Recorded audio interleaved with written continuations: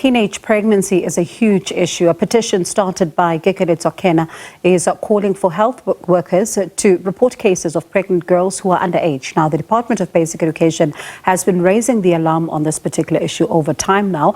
Children, for example, as young as 10 and 14 are pregnant, yet very little is sometimes known about who should be arrested for these crimes. Let's speak to Dr. Manala Makua, who is the Health Department Women's, Maternal and Reproductive Health Chief Director. Thank you so much, Dr. Makua, for your time this evening. How do you respond to this particular petition? Let me start by acknowledging that, yes, there is a petition, but we also need to understand that Department of Health is a whistleblower in this circumstance.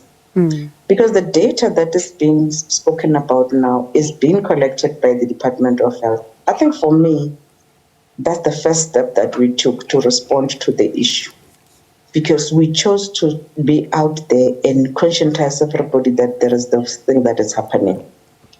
And the sad thing is, as a whistleblower, now we're being punished so that we must now respond even to the situation. The petition should be moving from different departments and Dr. Makua? The highest office of the country. All right, we lost you for a bit there. You can continue. Yes, no, I was saying the petition, it's a good idea. The whistleblowing that we've made from health. So it needs to go from one department to the next, because it's almost every department that is involved, including the parents. So when we have the petition moving from one space to the next, then we can collate them and take them to the highest possible office in this country, so that together we held accountable to respond to this situation. So that's what I was saying. So you say that the healthcare workers do all the time report these particular cases?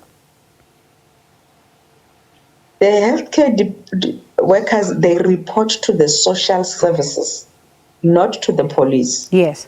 And the reason why we're saying they must report to the social service and not to police is because this young person already has been violated in different ways. So an interface with health is an opportunity to build the confidence as minimum as possible.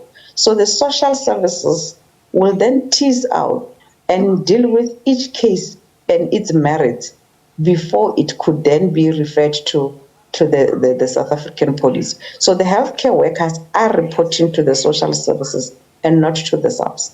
And one wonders then that, what still needs to be a process of discussion when a 10 or a 14-year-old is pregnant, for example, instead of just taking that case straight to the police, because somebody should be arrested and somebody should be put behind bars. So these particular entities, when you're still trying to restore the dignity, which is important, and I agree, but what other discussion still needs to be had? Let me indicate that pregnancy is a journey, and it's a 9-month journey. So this child is being pregnant within the household, within the community for 9 months. So if there's any intervention that needs to happen, that intervention needs to happen far earlier, so that this child is given opportunity on what she wants to do with this pregnancy. And that conversation needs to happen right from home. So waiting until that's way too late. So, Dr. Makua, the reason I'm asking this question is this, and I agree with you, that parents need to be held to account here.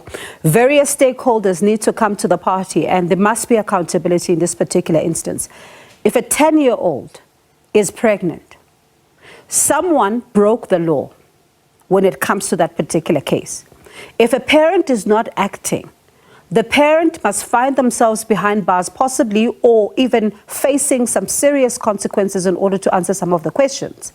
And then there must be another layer, as you say, So it does look like while these particular entities are to speak to one another, a child is pregnant and a child has to bear this, yet the person who impregnated the child is still roaming the streets. That's where I'm getting to.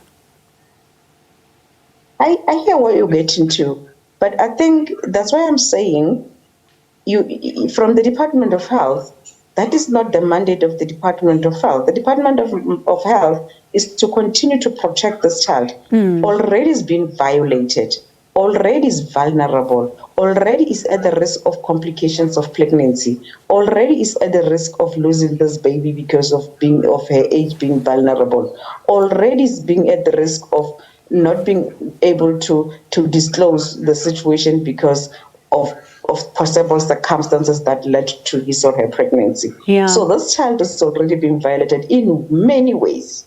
So when if do you we don't see have a component Yeah. that will protect them, then everyone else will. Because remember, if this child is taken to SABC, if you open a case, she's still going to be part of that cycle because she'll be called, she'll be expected to say something, she'll be, and she's supposed to be breastfeeding. And we're struggling with postpartum depression. Yeah. So she's likely to get into postpartum depression. Your line is letting us down there, but we could get what you're saying. And I guess the final question would have been, just to say that when do you then sit at the table as all these entities that are supposed to be having these conversations, including the parents, and have these conversations and make sure that the people who did this do not get away with this? Because that is also the big part here, accountability.